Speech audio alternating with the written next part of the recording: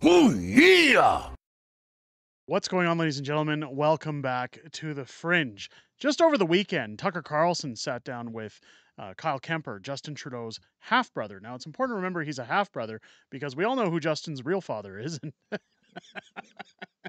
A little Castro joke to throw in there, but let's be honest, he is a half-brother, and he's been very opinionated. And one thing I wanted to cover here on the channel today was how great this interview was. Now, I am going to show some highlights from that interview, and I would encourage you to stick around and watch them. Some of them are really great points that are brought forward by Mr. Kemper, but it makes me barter the question as to what the influences of corporate greed, of lining pockets, of increasing net worth, because when you listen to this man, who's technically half of Trudeau's bloodline, talking about policy in Canada, talking about how rough things have gotten in Canada, how his brother has ultimately become a dangerous person and made things worse for the country. It seems to me like maybe the wrong Trudeau got into office, especially when you want to talk about monetary policy, which Justin Trudeau has admitted many times he doesn't concern himself with. Now, again, there's very lengthy parts of this interview that I can't show you because there is discussion about the pandemic and the old jibby jab, and we can't talk about those things, of course, because of good old censorship, but I will have a link down below in the description for you guys to check out to watch the full interview. I would highly recommend you go and do it. It is an amazing, amazing interview. And I think it's fantastic. It's almost an hour long. Again, I've got some highlights here, and then we're going to discuss. I don't want to take too much time weeding it out. Let's just get started on where the discussion kind of rounded in on this Tucker Carlson interview, and then we'll discuss as it goes on. Some, like, you know, when I spoke up during the trucker thing and was like, you know, was really inspired by them, it was like 99-1 positive messages, you know, to negative messages. It's been overwhelmingly positive, you know, the reaction and the sentiment. And it just seems like, you know, reality, or like, you know, the primary interactions that I'm seeing with people versus, like, you know, the Matrix reality, you know, what you see on television are very different. And in talking to some of my friends in Ottawa, like, you know, I asked them, like, did you go down to Parliament Hill and engage? Because it seemed like, you know, it seemed like yes, it was like a demonstration, but it also seemed like it was a party. It seemed like for 17 days, Burning Man came to Ottawa. Yeah. It was freezing. In January. In January, freezing, man. And crime was down, vibes were high, people were looking out for each other. There was communal effort, they were participating, there was so much gifting, it was radically inclusive. Like, all the principles were on display. But, you know, to those who didn't venture in there, if they just watched the news, it was no. This is like, you know, this is right Nazi conclave. Nazis there. They flew a Nazi flag, and oh my God, it's the Nazis. And that's like, you know, I feel like that flag was basically, what was the Reichstag? Yeah, all over again. Of course, micro example, of course, of you know, that planted. So there was this opportunity to engage with, you know, these million people and the truckers, but more than the truckers too, because the truckers represented, like, you know, the heart of it. But then Canadians came out. I talked to my friend Sonny. He you know, he went to go to an overpass, and he had been, you know, isolated for over a year, like with his family, living in this bubble. And like questioning things. And then he went out to see the overpass and see all the truckers. There were hundreds of people at this overpass. And just like the energy of all those people was really inspiring. And then he ended up going to Ottawa and being like, this is incredible. So, you know, the reality of what took place on the ground there, if you went out and visited and saw with your primary your eyes, versus what the media was painting it as, were very different. And unfortunately, you know, because it's based on a myth, the government just chose to engage, or enrage versus engage. And, you know, and then following it, they enacted the War Measures Act, rebranded the Emergencies Act, to censor people's bank accounts. Individual personalities within the movement were indefinitely detained. They confiscated, you know, used legal tactics to lock up a lot of the donation funds that were going towards supporting the demonstration. Give, Send, Go, the faith-based crowdfunding platform, got hacked by some devilish characters, and then they released all the information of the donors to the public, and our valiant mainstream media in Canada were first to go through and analyze who all the people that donated were and start doxing people, like, oh, that guy works in the private, works on Parliament Hill, and people were getting fired as a result of it. And for me, what was really kind of challenging out of this was, if you bring 1 million people to Ottawa in the heart of winter for this truly exceptional gathering with a purpose, and they use the horns, and by the end, the horns, they were trying to work with the city too, and they were trying to, they wanted to respect. They didn't want to be, real assholes to everybody in the city. And the beginning of, you don't know exactly. It's right. kind of coming together. Now, I'm going to say right now that the Freedom Convoy, again, we all know that by the end of it, when Justin Trudeau, again, two different sides of the coin here, again, members of the same family.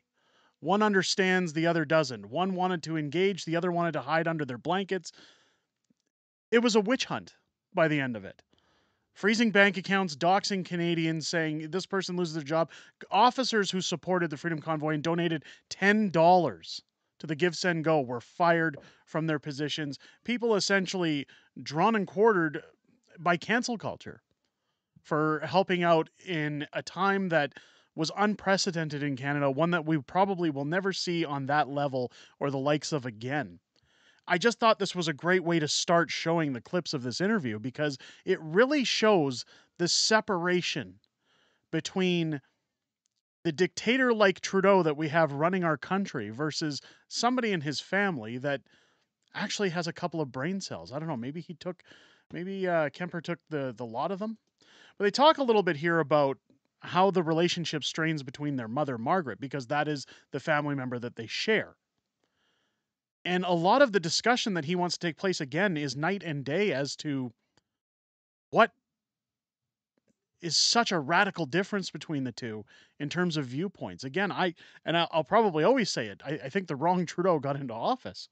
I know he doesn't have the last name Trudeau, and Trudeau was not his father, but let's take a listen. I mean, what's her view of all this stuff? Got two sons on different sides. I think she is very proud of Justin and all that he's done. So, and I think I've always been, a little bit on the outside. Let's say maybe the black sheep of the family a little bit with the questions and the topics of discussions and the debates that I would like to engage in. Like about what? About many different things. About, like, you had Ron Paul on here the other day. Like a lot of the lessons of the good doctor, like the Federal Reserve, looking at that, looking at blowback, looking at foreign policy, engagement. Like right now, Canada, Justin said repeatedly, we're in this till the end, until victory. It's like, come on, what does that look like? How can we do that? What does that even mean? What exactly? It's just, it never ends. Like, what is the condition? Why aren't we until the victory? How about peace? How about diplomacy? How, like, the war, like pushing for war, very, very dangerous, especially with our neighbors. Like Russia is a neighbor to Canada, just right there. Yeah. On the side. It's like, why we don't want to even, what's the point of this? Do you know the answer? I don't know the answer. What do you think the answer is? What is the point? Well, I think it's a global proxy war for the corporatocracy to further transfer wealth from sovereign individuals into the coffers of the global corporation. Nails it. Absolutely nails it. And of course, it's what we've been saying anytime we talk about the Ukraine, it's money laundering. This is again where I am completely blown away by this interview. I know we've been talking about the prospect of this interview for quite some time since it was announced, how great it would be to sit down and hear what he had to say. And I agree wholeheartedly that I guess I'm just so mind blown that there is such a radical difference between Justin Trudeau and his half-brother, that we all know that Justin Trudeau, despite how ridiculous he gets in his behavior and how cringe-like he is with his policies and his statements. He's not I'm going to say this and I'm probably going to get a lot of flack for it. I've always said he's either very stupid or he's very smart portraying a stupid person. And I believe it's the latter, because this man knows the evil that he's doing. He knows that he's betraying Canadians. He knows that he's essentially marching us to the poorhouse, but he's doing it in one of the greatest money laundering schemes of our generation by increasing his net worth dramatically off of the backs of Canadian taxpayers. That his own half-brother sees the flaws. He see the work of the World Economic Forum. He sees the work of corrupt dictatorships that Pierre Poilievre constantly talks about defunding. Of course, Tucker's sitting here dumbfounded because I'm sure he's having the same analogy. This guy actually knows what he's talking about. So why is his brother so relaxed? His brother doesn't care. We all know this. Now, of course, they do joke about Canada winning a Stanley Cup and what would convince Kemper to move back to Canada. Now, there is some jokes cracked, but he does have a valid point here when they get into why Canadians are having a hard time living here to begin with. Would that be an inducement to move back? The tax system? No, the Stanley Cup. No, I think if the tax system were fixed, that would be, a great inducement for many people to move back to Canada. Yeah. The current system encourages successful people to leave, to offshore their money. It's not a culture of celebrating achievement and value creation.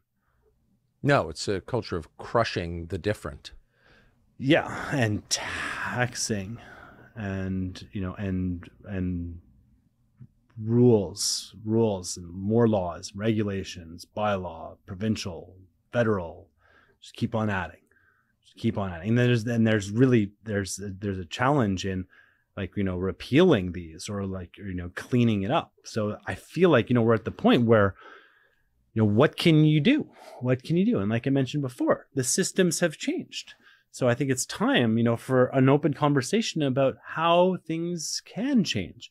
And, like I said, Pierre Poilievre came to this conference that I held in Ottawa and talked about Switzerland and how referendums happen there and how blockchain could be able to use that. Well, I would love to see him, expand more on that and to explore in Canada how we can have a more involved population when it comes to being integrated in decisions, because the way the party system works is they've got the whip. That word goes back a ways. They use their whip, and all people within the party just have to vote according to the party's dictate, and that doesn't represent the people.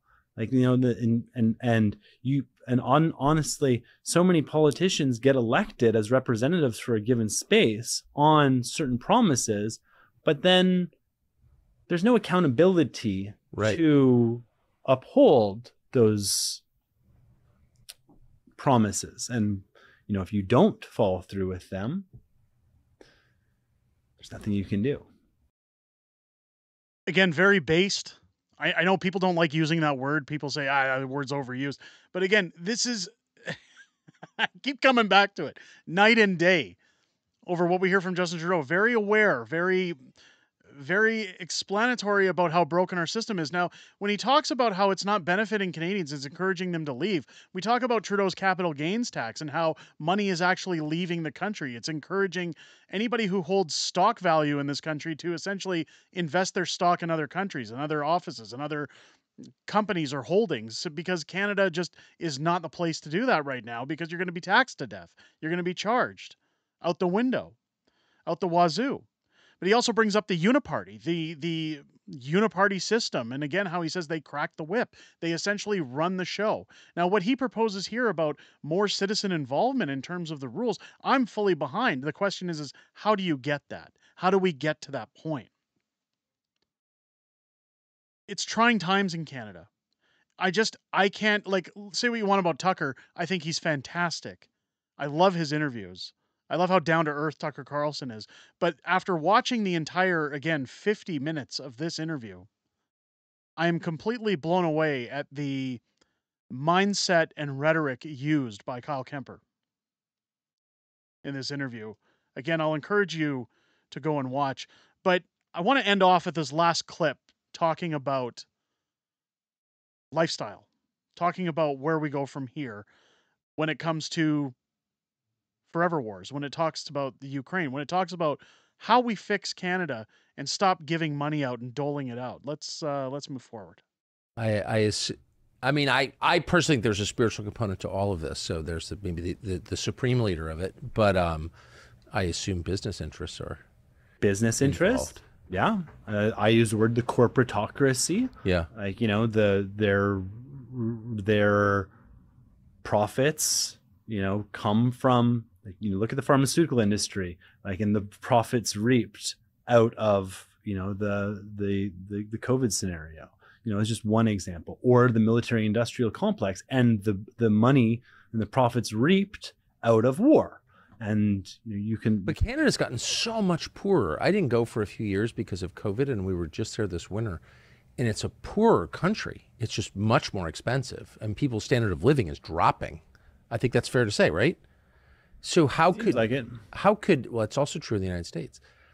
How could leaders, when their own country's getting poorer, send all this money to a war across the world that has no benefit to them at all? That's a great question for them. Yeah. Like, why are you doing this? What are you doing for Canadians? Well, we're gonna create a new food program, or we're gonna create some more programs. But look at root spending, folks, and like, look at the taxation situation. Like, you're taxed and you're taxed and you're getting taxed on the money that you're being taxed on. Like, you know, what you have left is very little.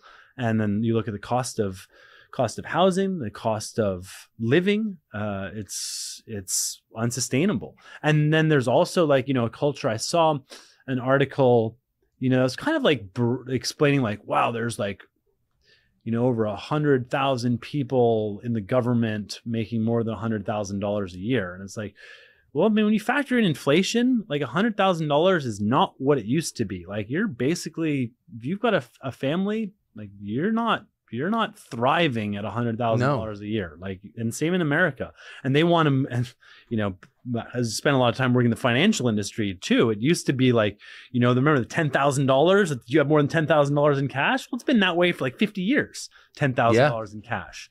And now they're trying to bring it down to even lower numbers. Like, anytime there's a transaction over $600, they want to know, which is really dangerous. So, you know, when you have this financial oversight combined with the fact that people don't have any money, and then, you know, then there's also this element, there's like a UBI kind of gentle play that was kind of introduced as well with, you know, the checks were written in Canada for like $4,000 for every Canadian.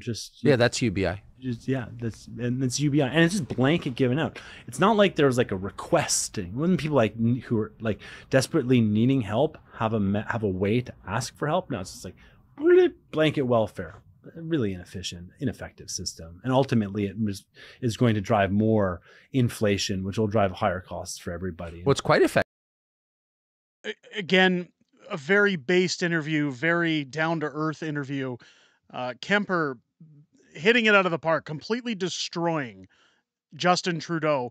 Although, can we really get any further in destroying him than he already is? Everybody in Canada hates Justin Trudeau. And it shows blatantly in this interview that even his own family members can't get around his policy. They can't get around his way of thinking. And they're very aware that, again, this is pocket lining. It has nothing to do with policy. It has nothing to do with what's right and wrong. It has nothing to do about the vested interest of Canadians. It's all nothing about diversity, equity, inclusion, the usual trigger words. It's all about money, money, money, money. Follow the money.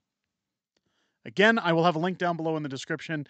I know this is a longer video. I really wanted to highlight some of those talking points that we could, because again, go watch. They do get a lot into the old jibby jabs and what went on during lockdowns and where he stands on those policies, where he stands on the decisions that were made and the fear mongering that went on during that time. So again, you could see in the clips, there's a coof warning down at the bottom of the screen. So again, because of how hard it is to get these videos out on YouTube as it is, I don't want to risk anything by throwing that in the channel. So go and check it out. Click the link down below in the description.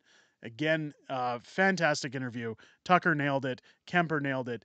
And I couldn't be happier to see Justin Trudeau probably seething on this great, great Mother's Day, trying to get a grip as to what the backlash is going to be. Because if you don't think Pierre Poilievre is going to mention this interview in question period or on tweets or anywhere else, well, the gates are open now. And Justin, well, he's going to have a lot more to cope with than the average question period after today's interview. Let me know what you guys think down below in the comments. Did you enjoy the clips that we showed? Are you going to go and watch the whole interview? Make sure if you enjoyed the video, I hope it earns your subscription, but as you're clicking that subscribe button, turn on your bell for notifications. Join us live every Friday here on the channel. Aside from this long weekend, I will be out of town, but those live Friday night streams start at 6 p.m. Pacific, 8 p.m. Central here on the channel. We always talk about things like this, and we talk about things that have happened throughout the week in politics and a little bit of back and forth with our community. It's always great to hear what you guys have to say outside of making these videos.